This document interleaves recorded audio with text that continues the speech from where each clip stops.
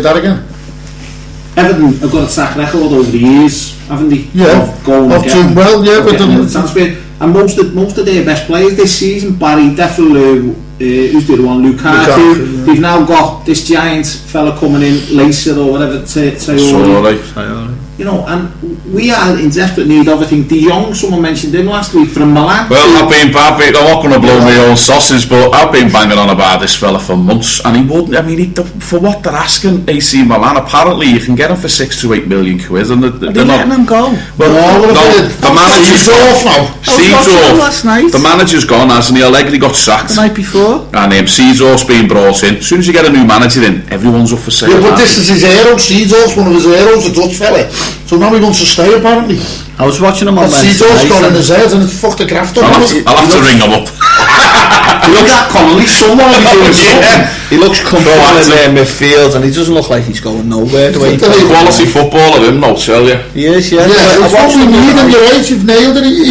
He's ready made. What we need. He's been in the Prem, yeah, he can drop in there. And he'll play in that spec, like he's been playing for Liverpool for 5 years. You know that, because you know what again. Look, I've seen one just like that Schneiderlin, looking to him. Schneiderlin. I'd have him. Yeah, Southampton. He reminds me, I was thinking of it, he'd be our new Didier man. He looks like one of them outlaws. He is decent. Who could play in the park. He'd play in Stanley Park, Sefton Park, you know what I mean? He's the type of fella, not because we're cutting corners. We've gone from De Jong, who's the top, the World Cup fella. Yeah. Not getting him. Yeah, so you're getting this Schneiderlin, you can have him, who's like a cheaper version type thing. Now in a way like that's Salah last night gone to Chelsea. Is it a bad thing? Now they've dropped the William fella off or so. I'll be turning into Everton where every year we pretend we're going for season ticket sales and we're going to buy this fella, we're getting Alan Smith, we're getting nothing. Or are we lucky that we never go? Because if that fella wants to sit on the bench instead of playing for us, course, yeah. No, you can have all the $100 grand a week you like if you're a millionaire footy player. How many games are you going to get? That sounds for the player going to Chelsea. That sounds for him in the end. At the end of the time. We've tried this Salah transfer out for 3 to 4 weeks. Why did we do that deal? Bang! Give them what they want. Get them in. Well, here's a mad fact for you. I don't know whether you know this. Chelsea have currently got 40 players out on loan. 24, wasn't it? 40, according to the figure today, players out on loan, and that's where that Salah will be heading straight back to Basel, I bet you, on loan for the rest of the season. Somewhere. What they've done today is buy him, fair enough, he is a young lad and he's very good and all that. They've linked up with a Dutch club, haven't they, Chelsea? Alkmaar or Arnhem or something like that. Yeah. But what they've done, Tony, is they've kept him from us. Yeah. That's all. They bought him. He might get a game, but basically he's gone. But we got him. How many Messis do you need? We've got the Moroccan Messi. We don't need the Egyptian Messi. We haven't got him, have we? Still So it's a disappointing transfer window and a bad news. Well, Tony mentioned it a couple of weeks ago. He said maybe all this is a smokescreen for the Galactico, and they're going to spend 30 million. Salah was our Galactico. Pull out the back clause, but what's left? 6 days. 8 days. So what do you reckon? What's on your theory now? What do you reckon?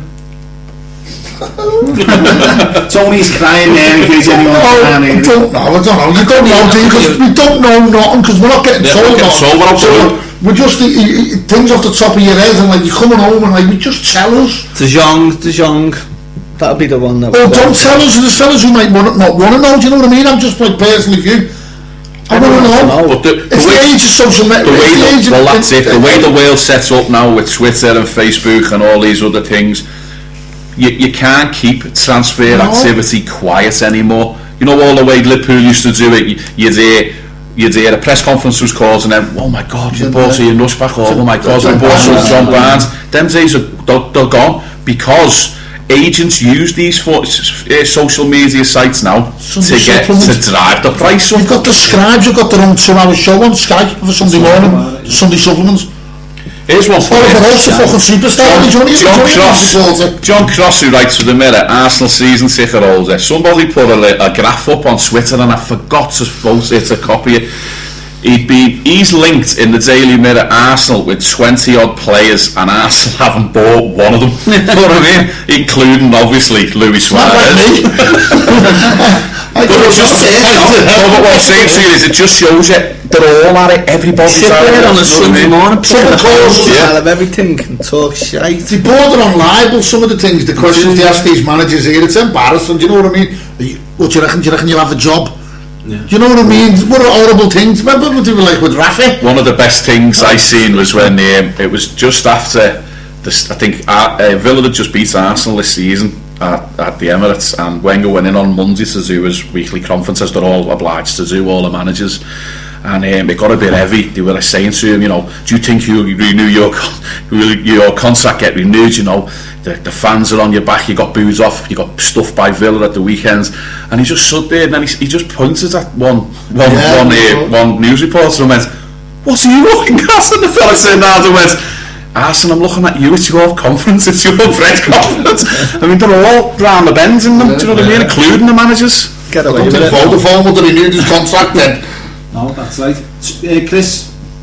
Colin, you mentioned Twitter and the way social media is going, and there's been a big furore this week on social media, especially on Twitter, with Stanley Victor. With Stanley Collymore. Tell us about that. I think Mr. Collymore wants to live on Mars. I think he's got this own little sterile world he lives in, where he's devoid of any criticism, or anyone can fling any shit or mud at him.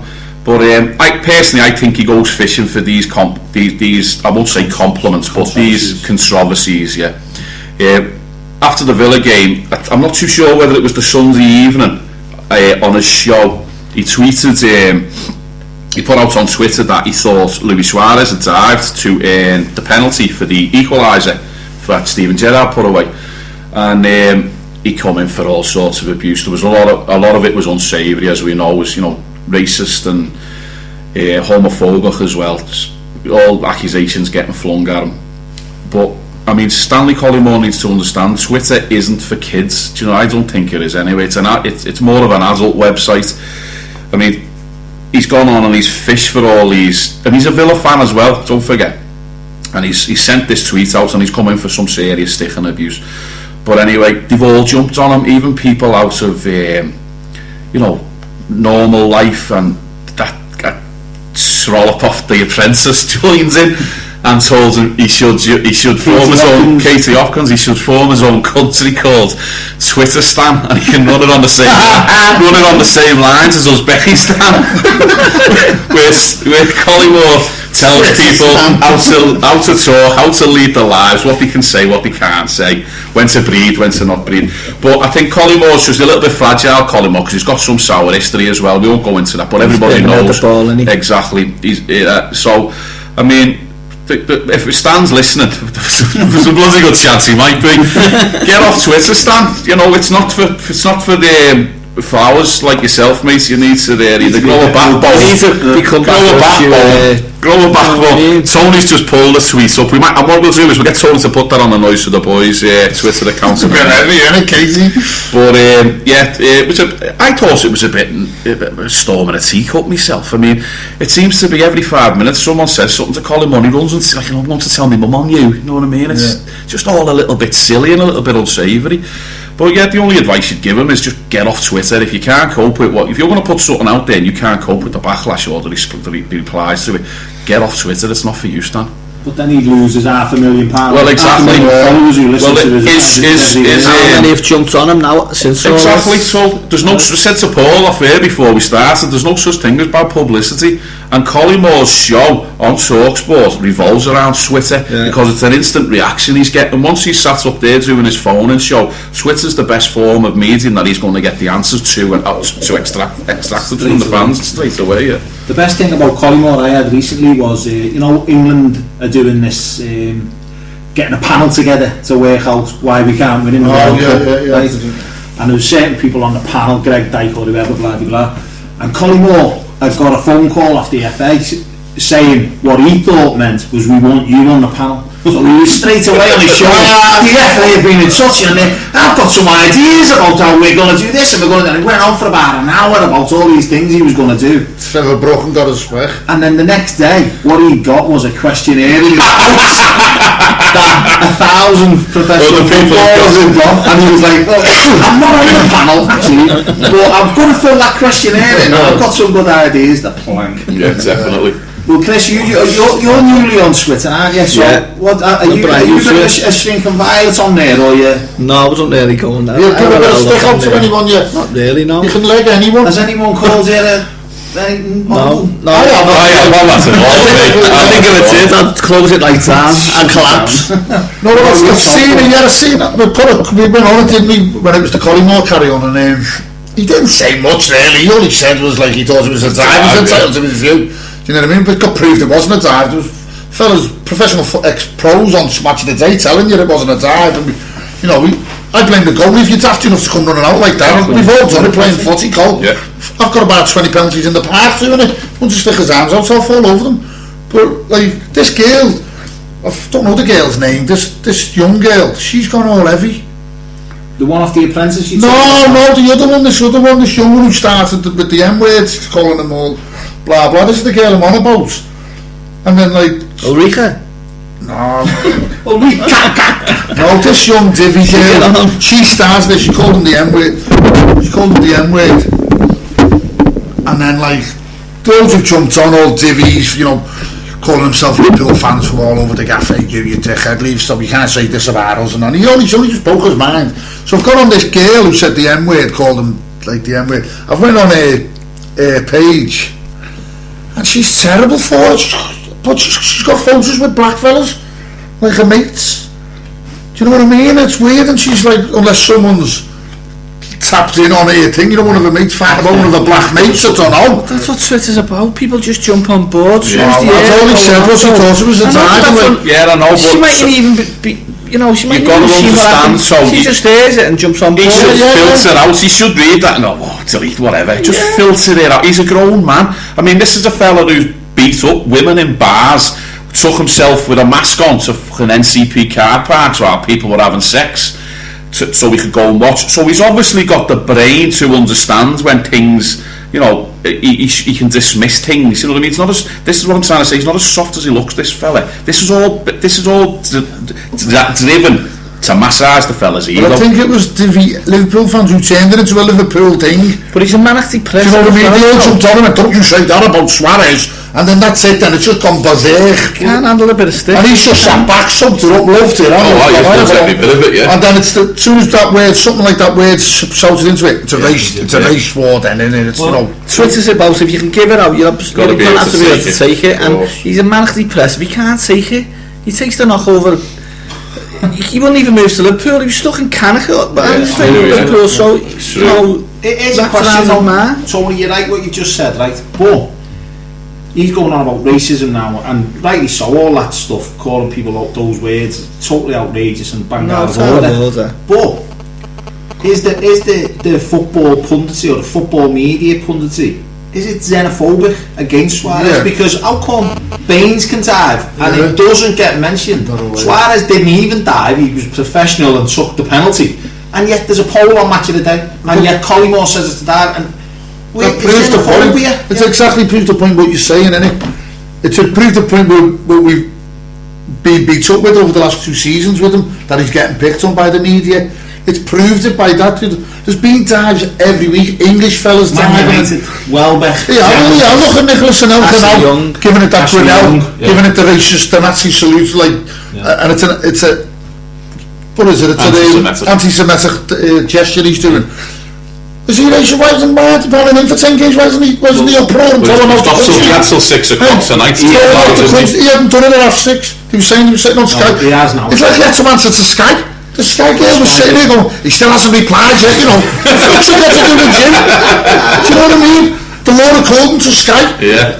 So why isn't he clapping for him to throughout the country? They are now, they're big brother on our football, Sky. Sky now, they decide who to pick on, who they don't pick on, who a flavour of the week and who here's a question quickly.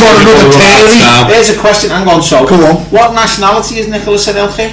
I'll tell you now, I guess a stab at it. He's French. It wasn't a trick question. He's French. Suarez is Uruguayan. It's funny, innit? This is what we're talking about, xenophobia. It's the foreign players who get it. Yeah. And he's actually saying, I'm not anti-Semitic, not an anti-Semitic thing. How can the FA prove that it was? Well, apparently, he's building a case up against the academic that the FA paid to tell them. You know, it's exactly. Well, how can he's not from where I come from? You've just got some fella from Oxford University to say exactly what you wanted them to say. Well, when the FA charge you 99, well, we found this out over Suarez, 99% of the time you can't get it over. They've only lost one case where they charge someone, they win. The FA Suarez. Well, it's going to get but Bondham is a racist. It's going to get built up now because of what's happening in June and July. You know what I mean? Yeah. So they're going to the Romanians and the Bulgarians. Trust the football of the year. The football of the year is coming up now, isn't it? This time of year, and they've got to vote for him. So he's miles ahead of anyone in this league at the minute, Suarez. So I think they're trying to muddy the water, but he hasn't done nothing wrong this season since he come back. So I don't know whether it's got anything to do with that, but it's anything, the slightest thing Suarez is going to do. The London press don't like him, Rudy, and the London press usually, as Tully just said there, they can sour and muddy the waters on certain people, can't they? And do you know why they don't like him? Because he's not playing for Arsenal. He's not English. He's not English, that's the big one. Well, the moment he signed for one, it'd all be sunshine. Well, this is why, there's a theory I've got. Right, I reckon Liverpool are not buying our Galactico till 11:30 on the last day, so Jim White can go on Sky. Sky have told Liverpool, you're not buying no one, because the ratings for the transfer deadline day, and then at 11:30 you see Jim White and you'll have Harry Redknapp pulling up in a fucking Range Rover, popping his head out of a window. He does every transfer window. Every transfer window, you've got to have Harry with his head out of a window. And they say then they say, look, you can buy someone now just good for the ratings for Sky. Sky rule everything. Sky rule it. Jim White and Harry Redknapp was on Soccer AM last week. The mates, you know. Well, it's similar to each other up and so, it's like that on TalkSport. They've got this little clique going on. Neil Warner, Harry Redknapp, and this manager from Stephen. It's bottom of the league. They're playing Everton next round. Beasley or something his name. Anyway. But they seem to ring these fellas up every day on different shows and spouting the same shite over and over and over again. We've heard Redknapp shite. We've heard Redknapp shite for 15 years. Warnock's a dinosaur. Now they've got this kid on from Stevenage who's playing Everton in a couple of weeks. Talks a smashing game. The fucking team's bottom of the league. But they've got him on every day. Do you know why you have that thingy? Gale from West Ham, the Scouser. Used to play for Tony Gale. He's not a Scout, he's the Cockney one. Alvin Martin, you mean? Yeah, but they have Tony Gale on, and like this bad cardy. He sits there like he's like fucking. The Wizard of Oz. The Wizard of Oz, yeah. And like you know, like they're a double act. Well, this week. He's never got a correct score in his fucking. Yeah, but what ain't neither. He plays about 350 games for the shit West Ham side, and then he's seen it on Sky Soccer Saturday. You know the panel. It's just fucking complete blag, innit? Yeah. Did you see them on the Christmas special? They're all sitting in Jeff Stellan's house kind of they went on it, right? And it went Phil Thompson, and they filled the screen up with words, European Cups, leagues, this, that. And then it went next to me and went, Matthew Letitia played for Southampton. That's all it had. He's never won a tap, but he's sitting there, Matthew Letitia, and dictating that Gerrard will never be engaged unless he wins the league. A true legend. You haven't done too fucking bad. Letitia, you've never won a fucking raffle. A lot of swearing off. Well, I've got another theory about this Gerrard as well. Just dead quick. Gerrard used to, tell everybody up till about 18 months ago, he'll never ever go into management ever. I've got a theory about Gerrard because I read the captain's notes in the programme before the match every week. And the past 18 months I've noticed a little turn in his attitude towards going into management. So I've got a little funny feeling in the back of my mind. The footballers usually say if you can't win the league as a player, the next best thing is to win the league as a manager. So I've got a funny feeling Gerrard's going to go, if he does, the chances are he's not going to win the league with Liverpool. I think he's going to go into management, and I think he'll get a top job as well. And you heard that here first on Anfield FM. He's going to win it with the pineapple. The Jimmy League, he's going to win Gary Alliance. Well, I think he'll go into management. There's been spouting little bits about that. The only team he's going to go to is Liverpool, really, though. So that's the only obvious choice, isn't it? Straight into Liverpool. that's one for the future, Colin. But this show's recorded, and I'll pull this out when it happens. We can refer back to it. It's live. Right. Well, and we can only record it for posterity. Sorry. Okay, moving on then. The transfer window has been disappointing and looks like it's going to be the same. But a couple of things to mention regarding Hillsborough, Tony. Sorry, the Hillsborough book, the Hillsborough tragedy book. What's the score with this one? Well, it's just I noticed that it was on Facebook. The Hillsborough tragedy. It's called the Hillsborough tragedy book. So I had a little look at it. I was thinking, what's this? You know, it doesn't sound too clever. Do you know what I mean? Like a book about Hillsborough. Like, I went on and it's by a fella called Mike Nicholson, and he said he's been asked by publishers to write a book on the subject bring it out in time for the 25th anniversary this year. But I've had a look, and he's produced he's done a free documentary years ago, and he's done a lot of work on the internet. You know, before the report come out in the cathedral, so he's bang on stuff. I got in touch with Pete Caveney to see if he was legit, if he was bang on, and Pete said, yeah, he's done a lot of work for us, he's brilliant. Now what he wants is, he wants people's stories. He wants you to send the stories in on Facebook or on an email. I'll give you the email address in a minute. If you were there that day, he's trying to put a collective stories from the fans that were there. So, if you want to get something off your chest, you want to tell someone, what better way than to have it with a load of fellow Liverpool fans to tell your story in the book. His email address is Mike, M-I-K-E, _Nicholson, NICHOLSON @hotmail.co.uk. Now, I was talking to Pete Caveney specifically what he'd like, get his stories in from that day, but he wants to know if anyone was in 88 the year before, if anyone was in the Leppens Lane end in the Terracing the year before.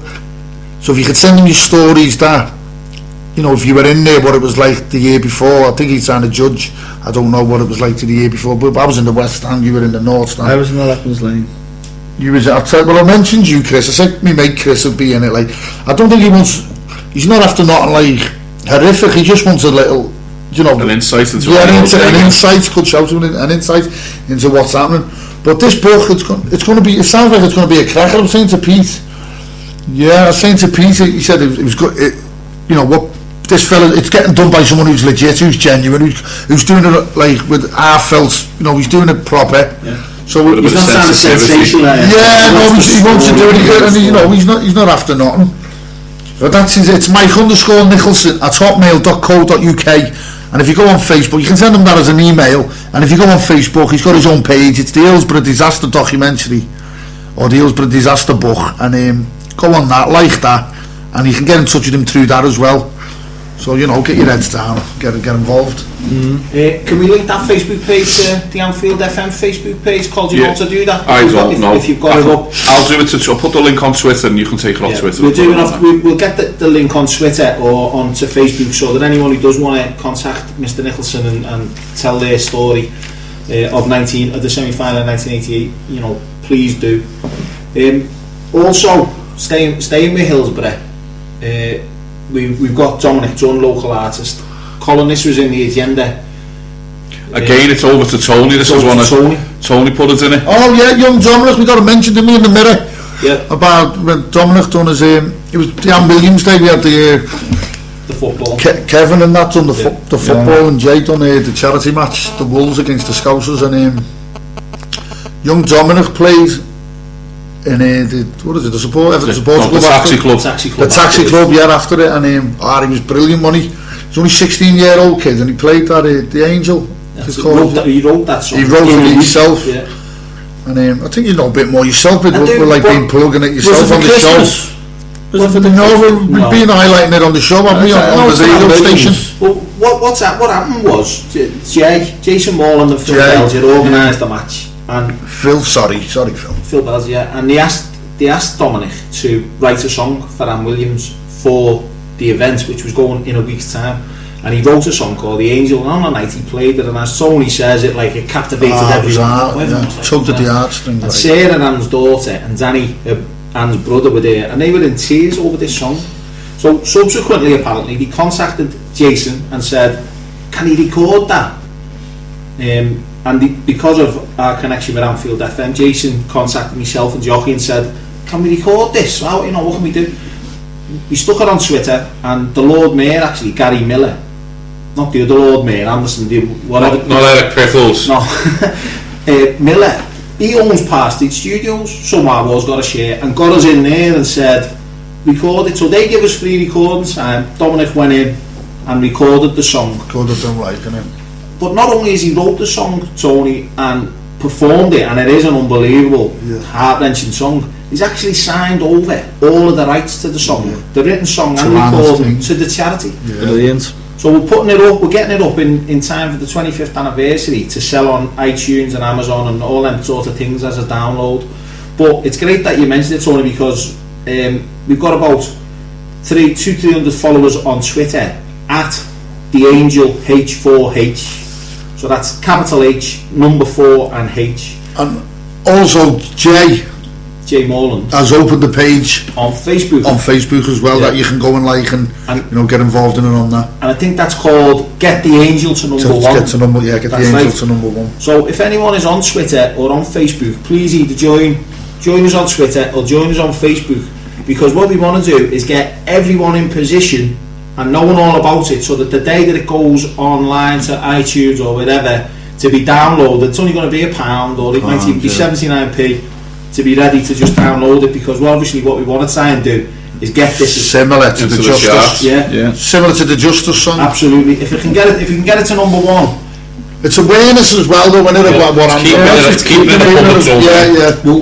Well, since the football match, Anne had won that award posthumously at the BBC Sports Personality of the Year, and that obviously has took it into a different stratosphere. But all the money, Dominic, I mean, the ability of the kid anyway, he's only 16, and he's given it all away, and we had to do all the legal stuff. Maturity beyond his years there, isn't it? Yeah, so all the money's going to For Justice, which is Anne's charity, to do good works, and so it's definitely something that everyone should support. So on Twitter or on Facebook, please get involved. And then mid-March we're going to release this song for download for purchase. So thanks for putting that on the agenda, lads. That was very just quickly as well, while we're on the subject of the of Anne, Stevie Martin's organised it. I'm not too sure who else he's done it with, but fair play to him anyway. The Anne Williams Memorial Golf Day is back up again for this July, so well done to Stevie and the lads for sorting all that out as well. Look forward to playing in it. Yeah, well that'll be a Wrighton Golf Club. I don't know whether we got the date as yet, Colin, but looking for sponsors for holes, sponsors for prizes. I don't know whether all the players are done as yet, but again, contact Steve Martin or Gareth Penman or Chris or Andy Hudson as well, and get involved, because Anne, what we've sort of said is Hillsborough Family Support Group, Hillsborough Justice Campaign, we'll all do as much as we can for anyone, but without Anne Williams carrying on the legal fight when the others have got this far, we wouldn't have the truth, Chris. There's no truth without Anne Williams, because she was the one who stuck at it and made sure it stayed and became a major issue over these inquests, and just never gave up. Wouldn't give up. Gave up everything, gave up a marriage, gave up her house, she was bankrupt, she was, gave up everything to fight for justice, and it's only right that we should try and carry on that fight. And Dominic has given the song away in the spirit of Anne Williams. He's given it away, he's given up everything to support it, so fair play to Dominic. Credit to Dominic there. Okay, moving on, a bit more light-hearted now. Who's got the fingers ready to tap on the table? It's Wanker of the Week. Yeah! Wanker of the Week. Wanker of the Week. It's the Wanker of the Week. Colin, nominations from Colin Lloyd. Nominations, and it, I mean, going back to Wednesday night for me, and it's Didder and Dave again. Useless Dave.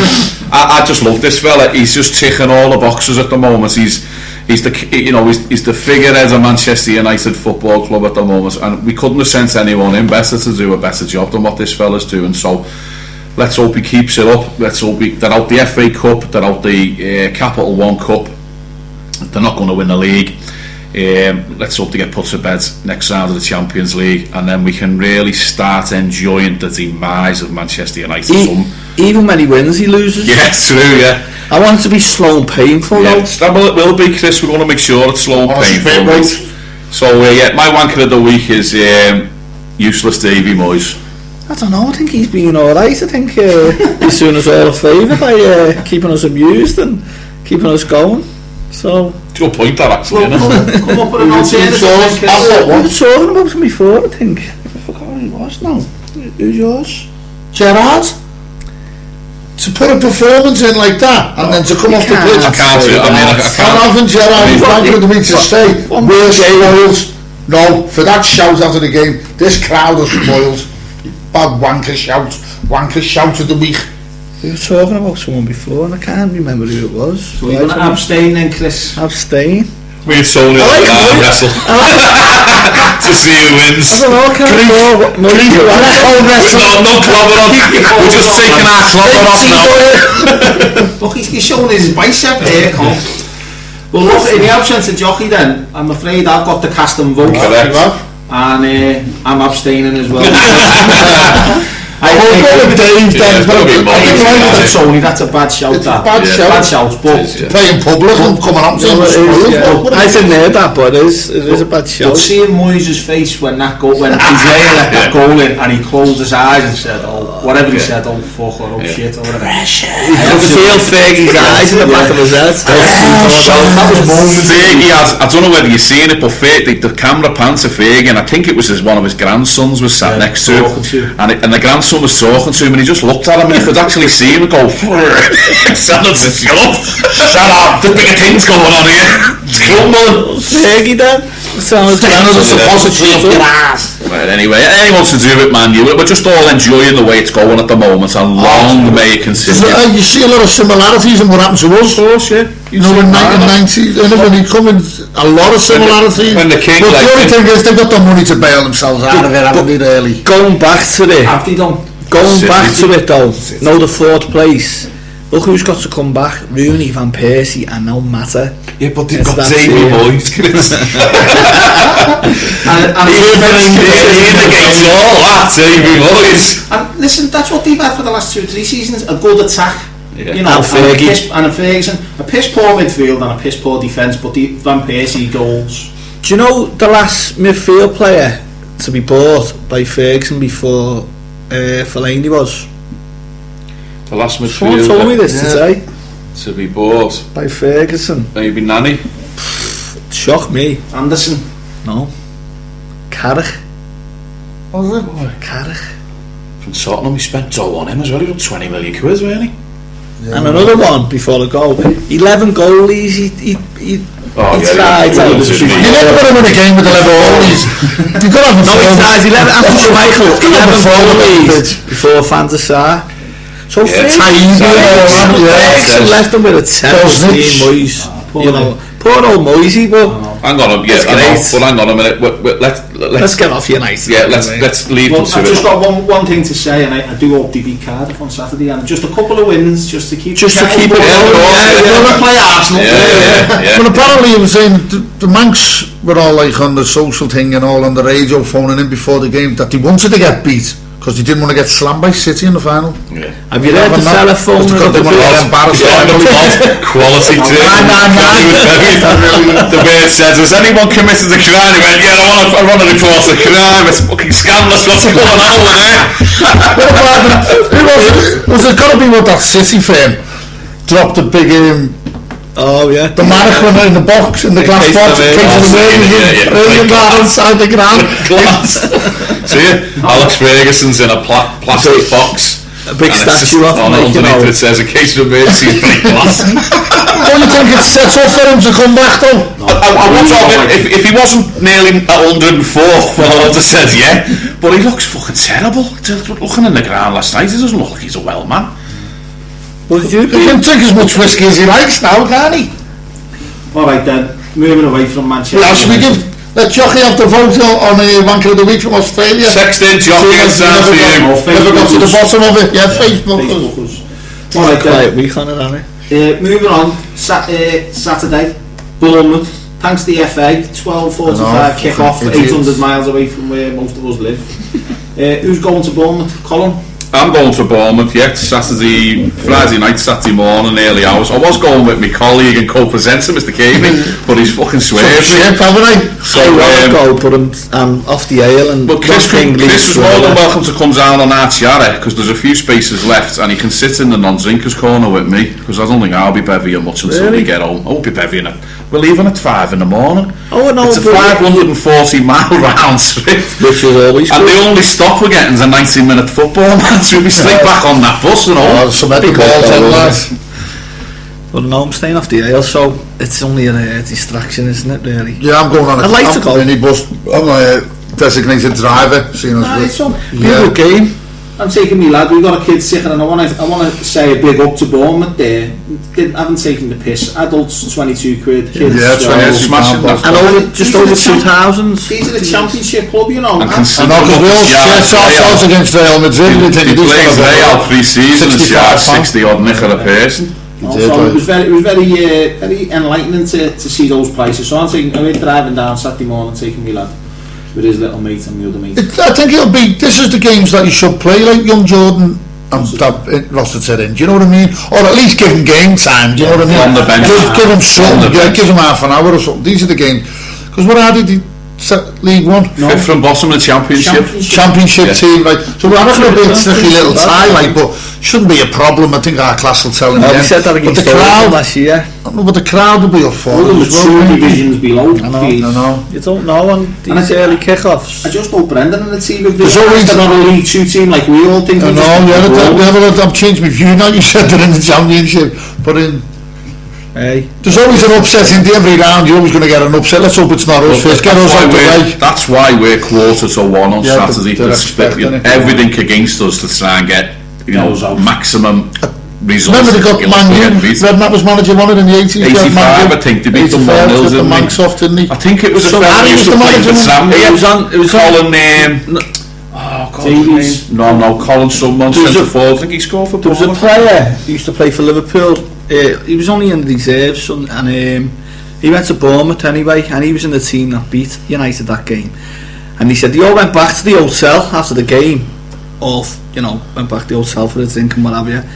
And there was a fella in there getting married from Aylwood at the time. He said, and Bournemouth were in there. He said the lads called him and he said, "Yeah, I'm coming to the wedding." So he's got them all in, all the players on the stage, and he said, "This is the team that's just beat Man United in the cup." And he said it was like they just won the FA Cup. The old place erupted. It was just full of scousers, yeah. It was on the Liverpool channel yesterday. It was brilliant. I forget the fella's name. Other than the kick-off time, it's a proper FA Cup game, isn't it? Yeah. You know what I mean? It's got the vibe. I've never been there, Dean Court myself. No, I've never tweeted it. We've only played there twice in the past, but it's a ground that you've never been to as well. So that's another one you can tick off. Yeah, yeah. Do you know what else? What I looked at? Bit of an old way of looking at things, but I looked at the weather for tomorrow. Because it looks like it's going to be wet and windy and wild. You know what I mean? South coast. That ball goes in the air. It's not coming down. Good job they're miles away from water as well. Because if they played by like the coast, they'd be in trouble. But I had a little look on. We played them twice, right? We played them in 1968, but they were known as Bournemouth and Bascom Athletic at the time. And it was the FA Cup third round, and we drew 0-0 at Dean Court. They had 24,000 in attendance, and we won the replay at Anfield. And we had 54,000.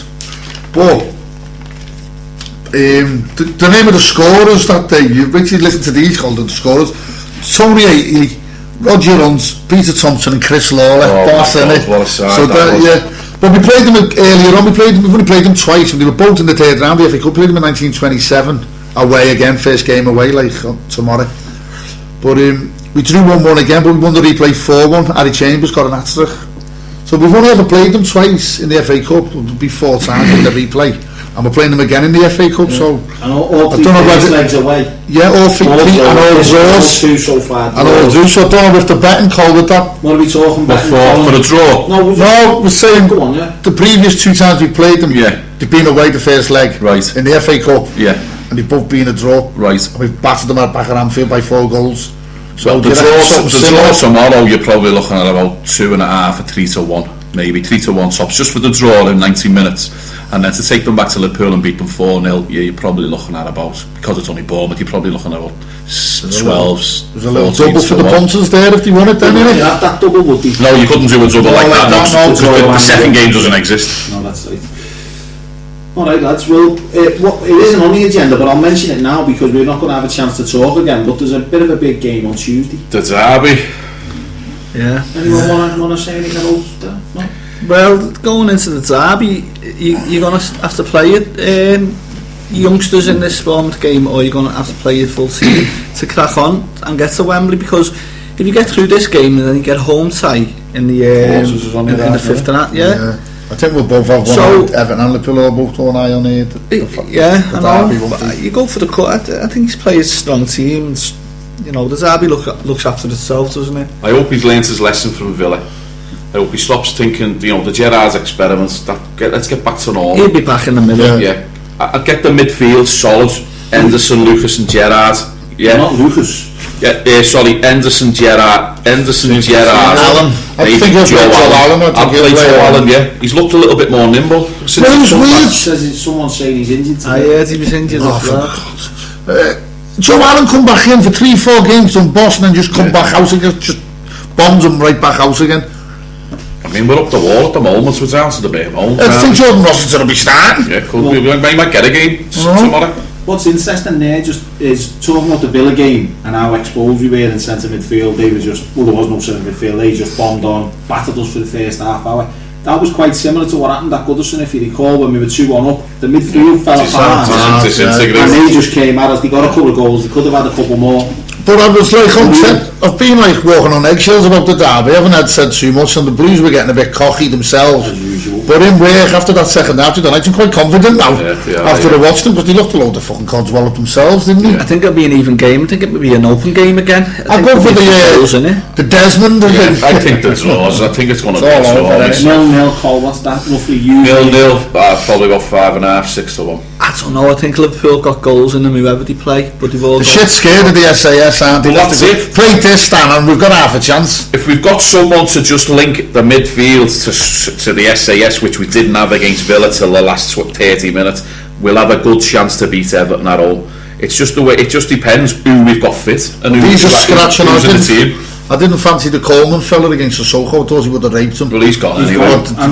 He's gone. They were sweating on him, aren't they, to get him back or something. Well, that's a bonus because he's been on board for the money. Yeah, 60 grand, and now Man U won him for 12. They're missing Barkley. Bought him for 60 grand from Sligo Rovers. They're missing Barkley big time, and they're going to miss Coleman. So they're two big losses they've got.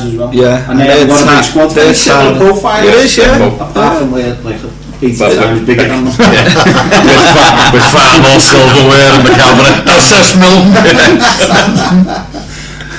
Right, alright, then we bring this episode of Noise from the Boys to a close. Want to thank Tony again for hosting us. Thank you, Tony. No problem. Chris, thank you. Cheers. And Colin, as usual. Thanks, Paul. And thanks for everyone for tuning in. Hope you enjoyed it. We give a little mention. We've got a few new listeners. You were mentioning before. Oh yeah. A few of the box of toys. Noise from the Boys, as we know, we've got a little Twitter account, Noise from the Boys, and we've been getting some good feedback on it, especially after the shows have gone in. And I'll just talk while you look. Tony's brokers. What's her name? So anyway, we've got some good followers on Twitter, and I'd just like to give them a couple of them a shout out, just so that all the support, it doesn't go unnoticed. There's also, before I do, there's also one fella that, we've been going on the last couple of weeks about super fans, and this fella's just gone under the radar ever so slightly, but we all know Bernie Allen. Now Bernie Allen's gone out across sea and across lands following Liverpool, and I'm going with Bernie tomorrow morning to the match, and he owes me a lift in a taxi, so Bernie will be paying the cab. But anyway, looking forward to a good day on the air with him. So a few shout outs to the lads on Noise from the Boys.